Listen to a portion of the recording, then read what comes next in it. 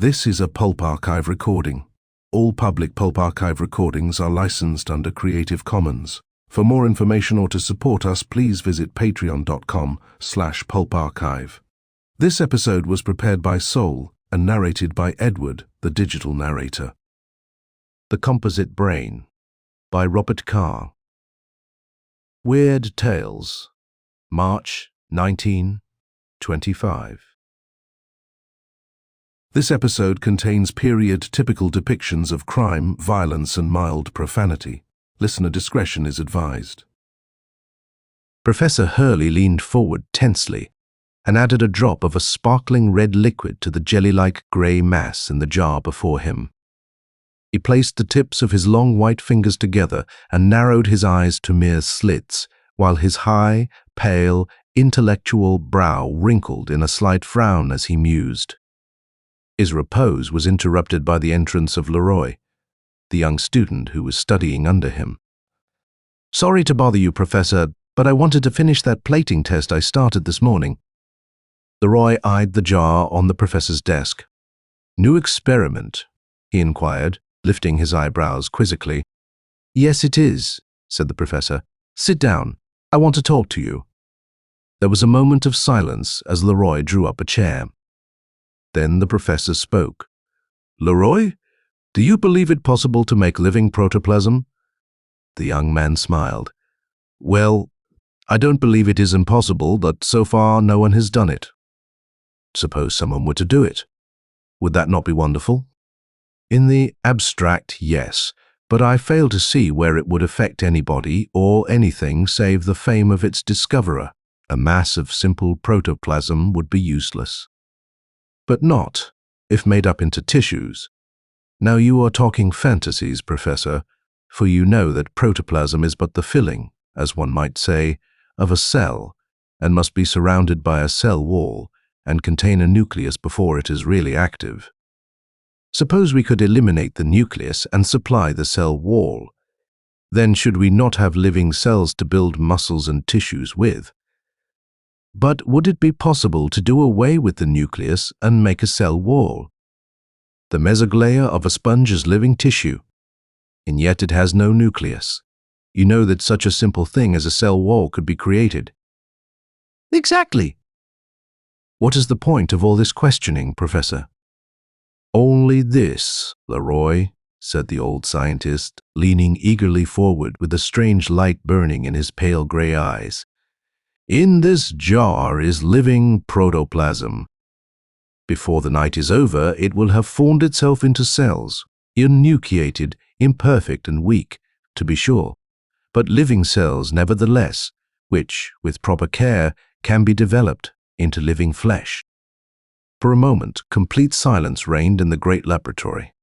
The last rays of the afternoon sun shone through the tall barred windows in long, slanting golden beams, accentuating the gloom within and bringing out the figures of the two men in startling relief.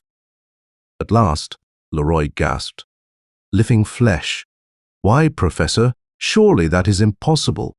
The evolution of the single cell to the complex tissue took millions of years. See this?" The professor took from a drawer the bottle of red liquid he had been using. "This greatly hastens the development of the protoplasm. Within 2 weeks, we shall have workable tissue. But of course, there are many complicated procedures we must go through which will involve some time. But I believe eventually we shall be able to say that we have chemically created a living organism." "How?" asked the young student excitedly. "Leroy," said Professor Hurley slowly, leaning back in his chair and shaking his head thoughtfully, "men have not yet devised words that can adequately describe what has been revealed to me. By working with me on this discovery you may learn, but it is too stupendous for mere words. It is the secret of life itself, using chemically constructed tissue as a base and grafting various organs into it. The possibilities are unlimited." He took a bit of the grey, semi-transparent substance from the jar and placed it on a microscope slide. The two men bent their heads over the instrument and conversed in low, earnest tones until far into the night. More than 3 years later, James Hurley, Professor Hurley's nephew, returning from abroad, bounded up the steps to his uncle's home. The old family servant greeted him at the door and took him to the laboratory where the professor and Leroy were working. The young man rushed in to greet the kindly old uncle he had known a few years before, but drew back aghast at the white-haired, deathly pale old man with deep-set, burning eyes who confronted him. "Why, uncle, have you been sick?" he exclaimed. "No," replied the old professor in hollow tones. "Just working hard on a big experiment." "You've been working too hard, I am afraid." "What is the experiment?" "Come with me, and I shall show you." Leroy led the way down into the basement of the big house.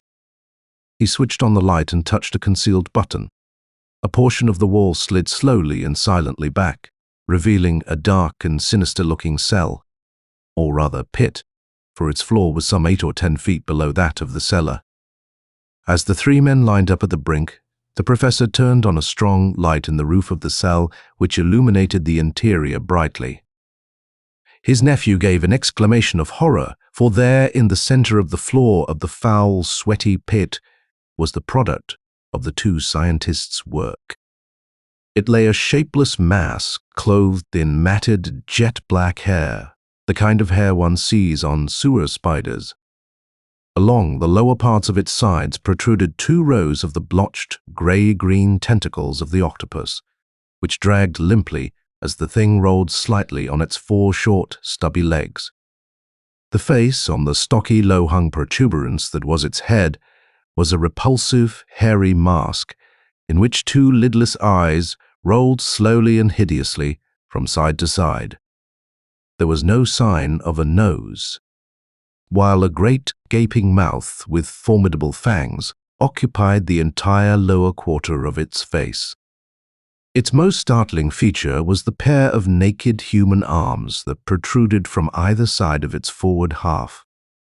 Occasionally, a low sucking sound escaped it, as it lay in its slime and water like some ancient monster in a subterranean cavern. For several minutes the men stood silently. Then the professor's nephew burst out, "Great God, that's a horrible thing! Where did it come from?" "We made it," replied his uncle. "Made it?" "Yes," said the professor. "Several years ago I stumbled upon the secret of making living protoplasm. After a great deal of experimenting, I was able to build up simple flesh. Not the complex nerve-filled flesh, you know, but a flesh that contains only a few nerves and the very simplest circulatory system possible. Using this as a base, I grafted various parts of various animals onto it. The creature was constructed exactly as you would build a house, using only what you want and selecting only the sturdiest and most essential things. Lying there, it requires but little nourishment, as it moves but seldom. Its heart, transferred alive from a bull, beats about twice a minute when the beast is not active but is strong enough to force the blood all over its body. James's horror had by this time lessened enough for him to become interested. "But, uncle," he inquired, "how could you get one kind of blood to nourish organs from different animals?" That was simple. I prepared a saline solution that was adaptable to all and was even more life-sustaining than blood, although it requires a stronger heart to pump it. The beef heart in there is the best and strongest that could possibly be obtained. James looked again at the human arms, showing dead white against the black hair of the creature, and shuddered to think of the lengths to which his uncle might have gone. The professor continued, "The simple but efficient digestive system is the best I could construct, and it is protected from injury by a sheathing of strong cartilage. The idea of using the tentacles of an octopus was Leroy's. They are singularly efficient," he added with an evil smile. "The jaws and teeth are from a monster bulldog, as is also the forepart of the skull. A clever little thought of mine was to graft the poison sacs, ducts and fangs of a huge swamp rattlesnake into the jaws of the living dog. After filling the sacs with a poison of my own manufacture, it is an albuminous poison much the same as the natural venom of the snake, but with much different effect. It paralyzes its victim completely until the antidote is applied, and it has no bad after effects. As to those arms you eye so fearfully, a late-walking pedestrian obligingly stepped in front of my auto one night in a dark little side street, so I brought him along. James looked at his uncle askance. As I said before, he went on, there is no highly complicated circulatory or nervous system, but only the trunk nerves to carry the message from the brain to the muscle. There are but few blood vessels. Because of this fact, and because the beast is made up mostly of the lower animals, it has practically no feeling. I could pump a hatful of bullets out of this automatic into it with very little effect. Of course, if one of the trunk nerves or a leader was severed, that part alone would stop functioning. But since there is only one nerve for each part, and those nerves are well covered and protected, you would almost have to chop the creature to bits with an axe before it would die. The sluggish circulation prevents rapid bleeding to death. Yes, the body is cleverly enough constructed, but the brain is my masterpiece. Since only the arms of a human being were used, only that part of a human brain that governs the arms was put into my composite brain. So it is with the octopus tentacles. Only the portion of an octopus brain that controls its tentacles was used. Practically all of the bulldog's brain was left in. So the creature has nearly all of the simple instincts of a bulldog, such as use of its jaws, fighting, and avoiding objects when it walks. All of the native pugnacity of a bulldog is present. But the most important thing of all is, this composite brain is controlled by my own. When I transmit the thought of the action of walking, the beast's brain reacts. When I think killing, it fights with almost inconceivable ferocity and abandon. Remember, I think the action, not the word. In fact, it is nothing more nor less than an extremely simple form of hypnotism. So simple that it is practically thought transference, for I have no personality to overcome. I have so trained myself that I can direct the thing almost as well as my own body. I will give you a little demonstration. The professor stood quietly and gazed fixedly at it. Under his direction, it went through various gyrations, snapped its jaws, rolled over, and at length began to climb the opposite wall of the pit. With a slowness more horrible than speed, it progressed straight up, the tentacles making uncanny little noises on the sweaty walls, while the naked hands in front clutched frantically at little cracks and projections. Now the thing halted and hung like a huge spider directly opposite them. James could see that under the fingernails of the hands the flesh was dead white, and he knew without touching the grafted arms that they were cold with the clammy, creepy cold of a week-old corpse. The professor's voice broke the silence. To show you how complete my power is, I will give the command, relax. He looked at the hanging body. All holds let go simultaneously, and it fell with a terrific thud to the bottom of the pit, where it lay limply, as if dead. Now watch. Again the professor directed his thought waves at the inert mass. As if touched by a galvanic battery, it sprang into action. The professor's nephew realized how immensely powerful the misshapen thing was as it lumbered rapidly about the pit. As it passed beneath him, he could see the great thews rolling under the tough hide. Could anyone's brain direct it? He asked. Yes, with simple thoughts, such as relax, move forward, or kill. Another extremely important fact is that I can detect its mental reactions, or to use the term broadly, read its mind. Of course, its mental processes are very few and simple. In fact, the word impression describes them better than thought. They are very elemental and embrace such subjects as extreme heat or cold, great hunger, and a kind of confusion met with when the beast encounters a blank wall or an abrupt drop. In this way, I can direct it, even when it is out of my sight. Do not get the impression that it is unconscious, except when under the direction of thought waves. It occasionally crawls about in the pit and will fight anything any time for the mere pleasure of killing, sometimes coupled with hunger.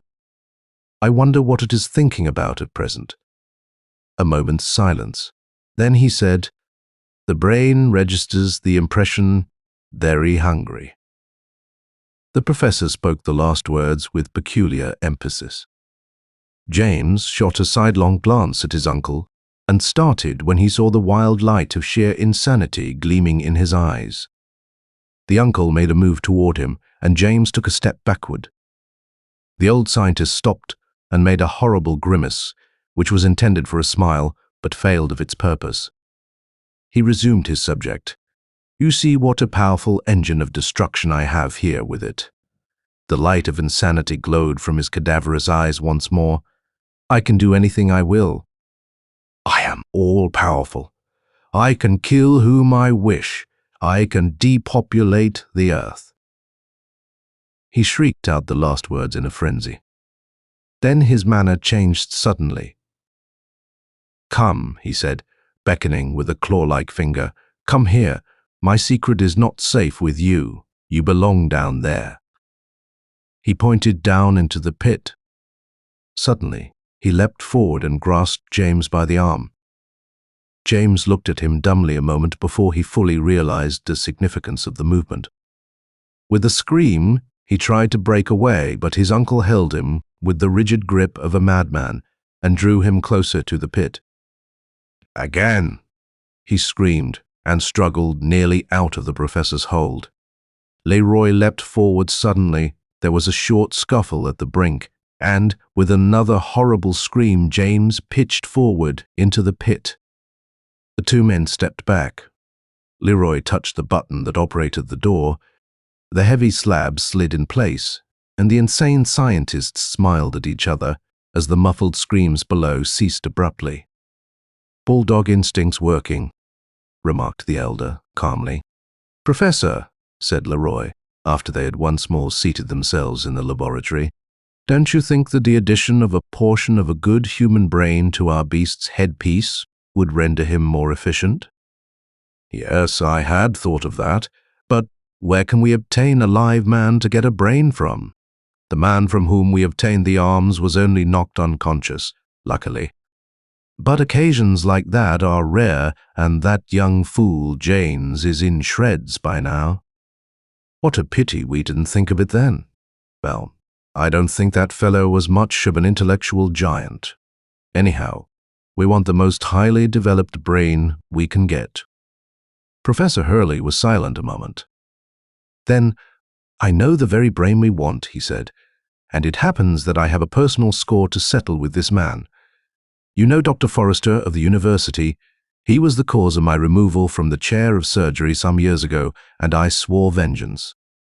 It would be my moment of triumph to have him in my power and let him know that I intend to use his brain in an experiment of mine. But how shall we lure him here? I have a plan in which we can utilize our tentacled little friend down there in the pit to good advantage. Let's hear it." Within an hour, the two madmen had formulated their plans. The far-off university tower clock faintly tolled the hour of midnight, as in the basement of the laboratory the professor and Leroy finished feeding their hideous ward a generous amount of a nourishing gruel-like mixture. This done, the professor mentally directed it up the steps and out on the driveway, where their machine waited. The springs creaked as the misshapen monster clambered in and lay on the floor in the rear of the car. A blanket was flung over it. The two men got in, and the automobile plunged off into the night.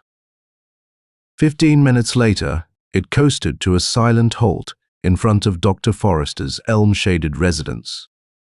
The professor pointed to an open window near the corner of the house on the second floor. "That is where our man sleeps. Now watch our little friend get him."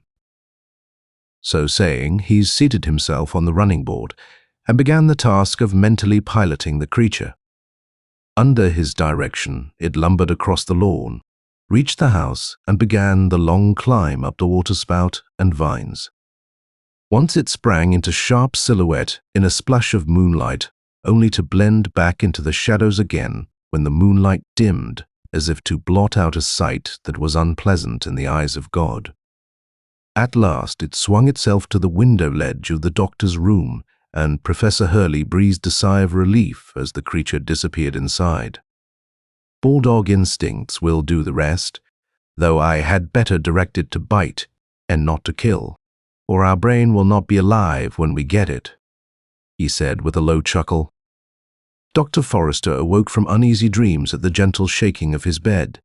He rolled over and opened his eyes, then sat bolt upright as his startled eyes fell upon the hideous thing that was slowly creeping over the foot of his bed.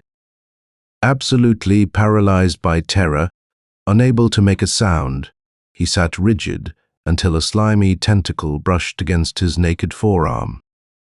Then he bounded out of bed, still soundless, seized a chair, and struck a savage blow at the horror now lying on his bed. The blow rebounded as if he had struck a resilient piece of rubber.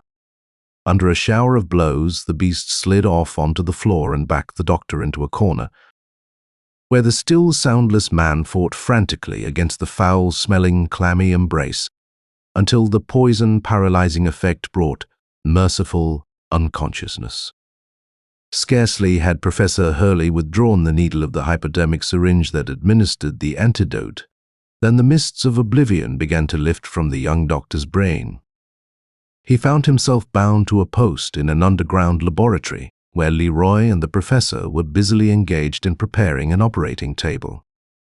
As his eyes swept the room, they fell upon the shapeless mass of the thing.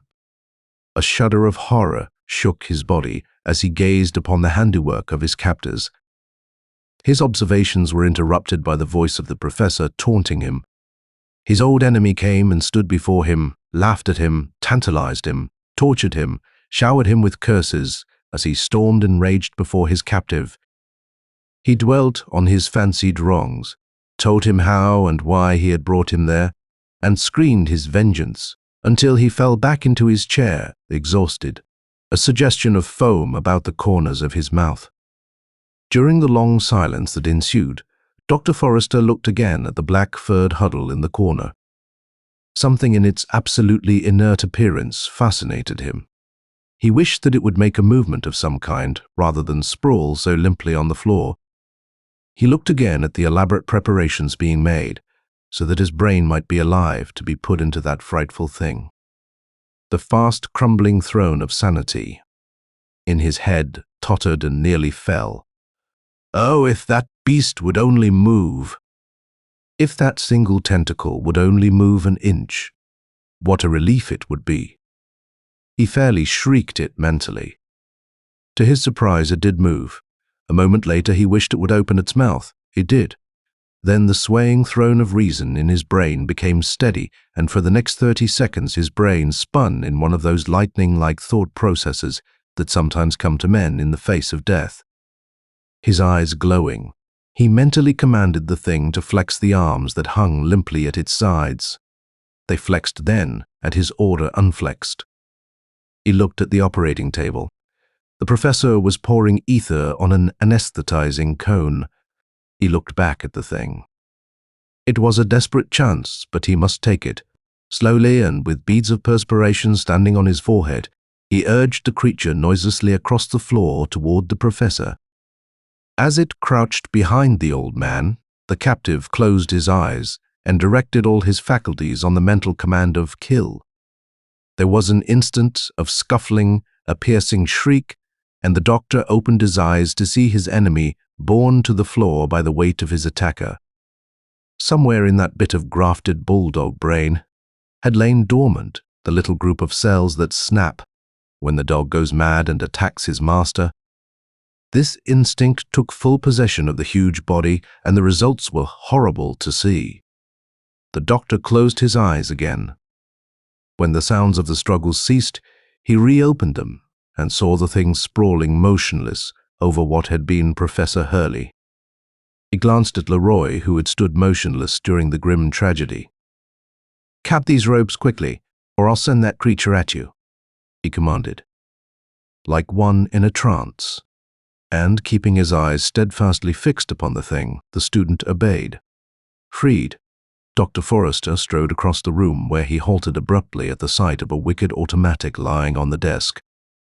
Slowly, he picked it up. He shot a sidelong glance at Leroy, still staring dumbly at the repulsive sight before him. He deliberated a moment. Would it not be best to erase all evidences of such a travesty of nature?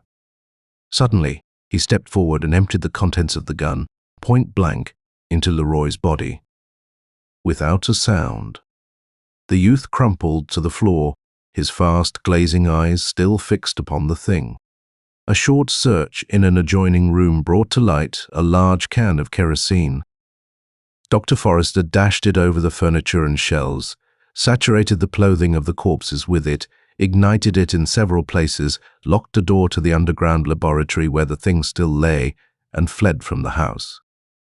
Many blocks away on the University Hill that overlooked the town, he glanced back and smiled grimly at the ruddy glow in the distance that marked the funeral pyre of so awful a secret. The old building was blazing fiercely. Thank you so much for hanging out today. My name is Sol, and this is the Pulp Archive. Now, if you had fun, I'd appreciate it if you could like, subscribe, comment, and share. That stuff really helps. And like most stories we cover here, today's was recommended by you. So, if there's a story you'd like to see, send us an email at pulparchivelibrary@gmail.com. We'd love to cover it. If you'd like to support the podcast and keep us going, consider subscribing to our Apple channel or becoming a member on Patreon. Just visit patreon.com/pulparchive. For as little as $5 a month, you'll get access to all our podcasts and private explicit episodes that wouldn't be allowed publicly. We feature almost every genre of pulp fiction, horror, detective, western, and even sports. Special thanks to our patrons who make the podcast possible and make every episode of the Pulp Archive happen. Every episode is dedicated to our Patreon members. I truly could not do this without you.